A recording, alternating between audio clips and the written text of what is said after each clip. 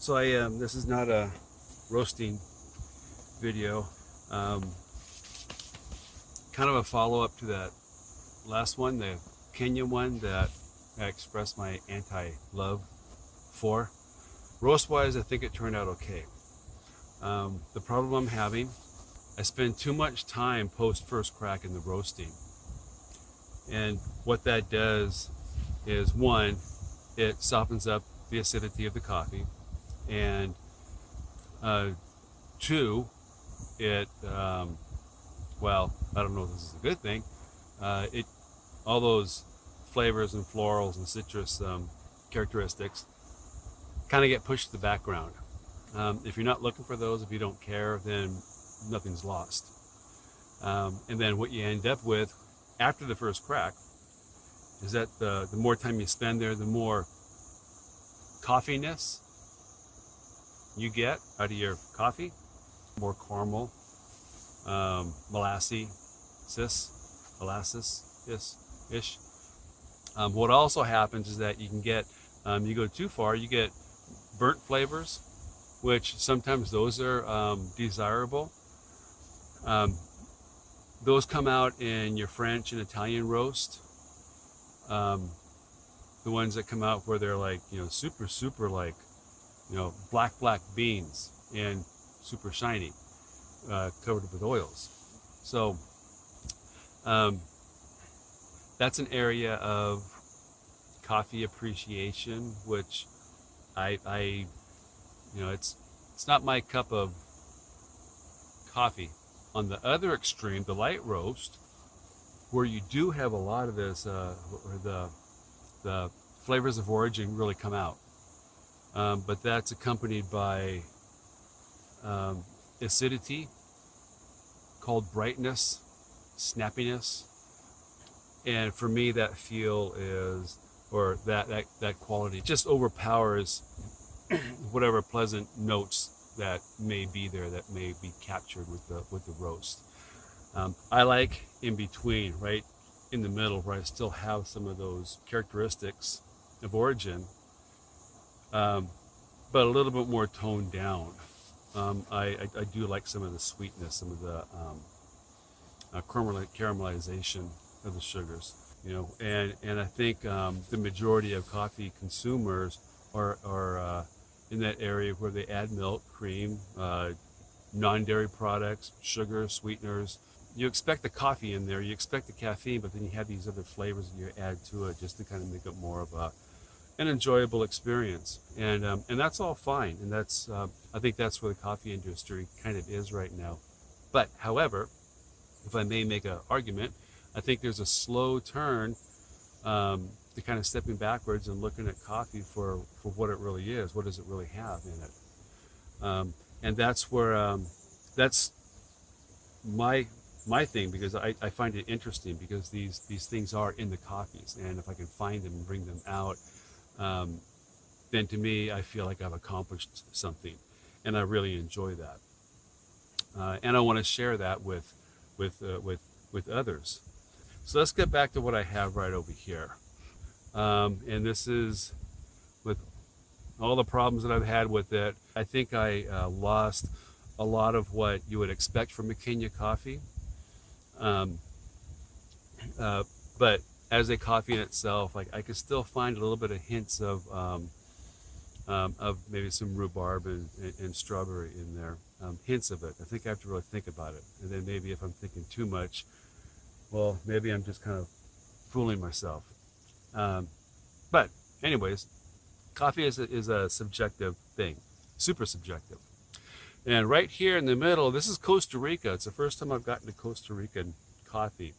I've always thought they were more of a lighter coffee, more brighter, not something kind of thick and heavy and sits on your in your mouth for a while, like Indonesians potentially would. This also, again, I spent a lot of time in the development stage, and I think a little bit too much. There's supposed to be a lot of inherent fruits in this one also. The last one over here, this is from Congo, right smack in the middle of the continent of the African continent. It's next to Rwanda and Burundi, and you would expect to have similar characteristics as those coffees.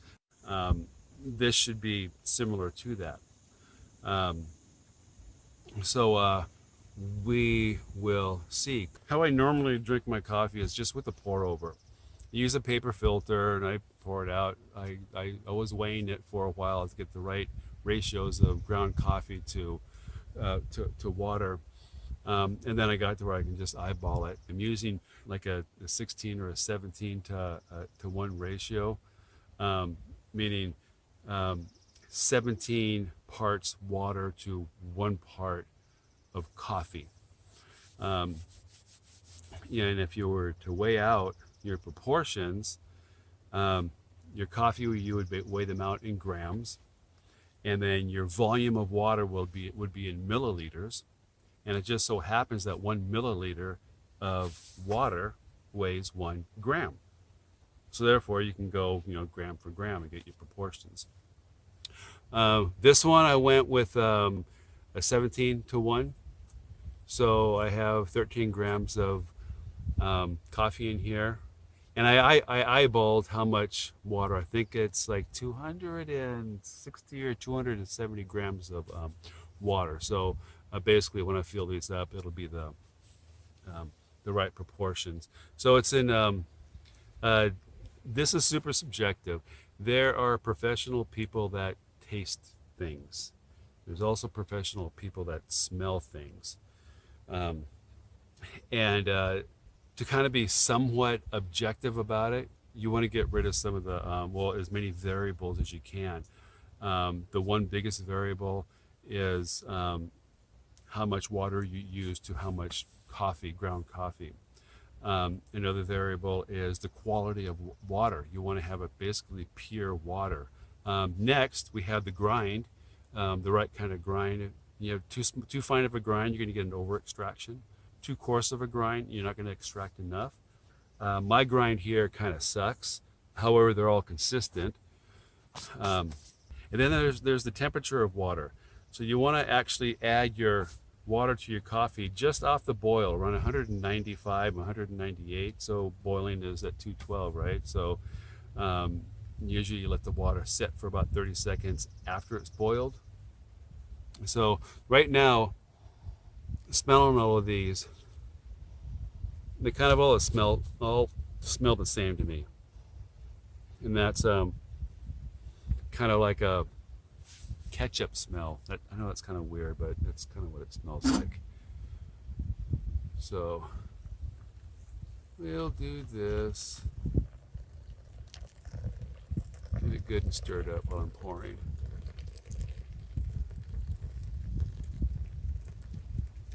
So with the paper filter that I use on my pour over, the filter traps up a lot of the oils, and the oils is where you're going to get the aromatics from that. And I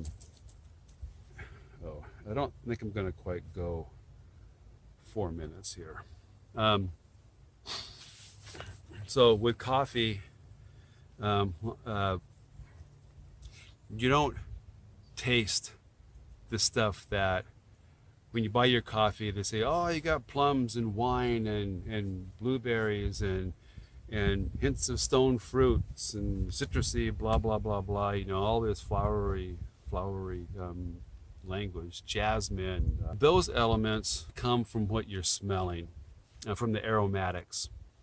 And during the roasting process, you can actually roast out those aromatics.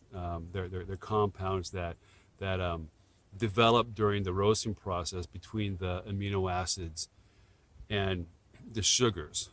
Okay, so they combine. That's the Maillard reaction, and you make different elements. Well, they break down, and those products from that breakdown make other elements. So it's a journey of these elements within the coffee that create potential experiences. So you're smelling a lot of that, and if you were to plug your nose, you would just taste what your tongue feels, and that's bitter, that's sweet, that's savory, salty, bitter, sweet, savory, salty. There's another one. I want to say astringent, but I think that's the bittery one, or whatever. Um, so that combined with what you smell actually creates the taste. And so right off the bat, um, you have a group of people doing a cupping of a coffee and say, oh, well, this is, they all agree on certain elements, and they post that on the bag and they send it out there. And you trust them, but that doesn't mean that you take that bag, grind it up, brew it up, and you're going to taste the same thing. So there's, you know, there's your own olfactory anatomy is going to make a difference. How well you smell and taste things is going to make a difference, and that's a factor of many things within your lifestyle. Your grind may be a little bit different. Your brewing method is going to be different. You know, and then finally, if you add your cream, depending on what product of milk or non-dairy product you use, that's going to impart a different flavor. So you're not going to get anything like it. So so why put all those profile words on there? Well, it's for those that want to nerd out on this. And again, I think things might be kind of shifting towards that a little bit. I'm going to stop this. I'm at 3:25. There we go.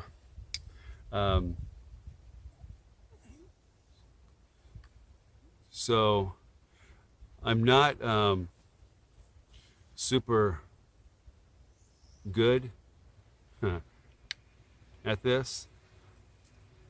I do prefer my pour over.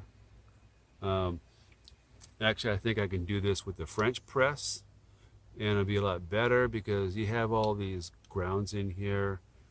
The coffee grounds, they are biodegradable, so that's why I'm pouring them on the floor here. They add nitrogen to the ground. They add a little bit of acidity, so if you want your hydrangeas blue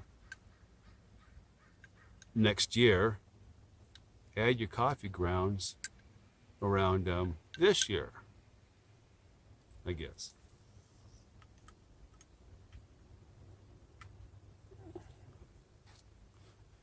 So the grounds are supposed to fall down to the bottom. The finer ones do. The finer ones do.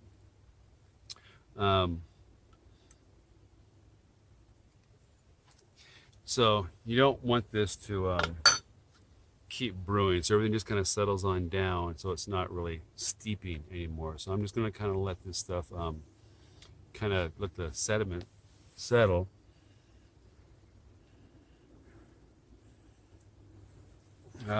So yeah, I don't have super high hopes here. I've done this before, and they all end up tasting just freaking nasty. So we'll see. This is an element that it's educational. It's kind of fun, I guess. Kind of fun. You can do it with groups of people. I mean, I don't know how weird that is, but to know what you're roasting, whether it's with your pan, with the heat gun, with a drum roaster, whatever method you choose to roast, you want to sample it. It's and this is the way to get a semi-objective idea of what you did. So let's give this Kenya a little bit of a sip. Oh, I think they followed me. They're from over there. It looks like I'm way out in the woods, doesn't it? It's kind of just up the road from where I live. There's a quarry over there. There's houses over there and railroad tracks. So didn't mean to screw the illusion up. I think they hang out over here also. Those are the crows. So here we go.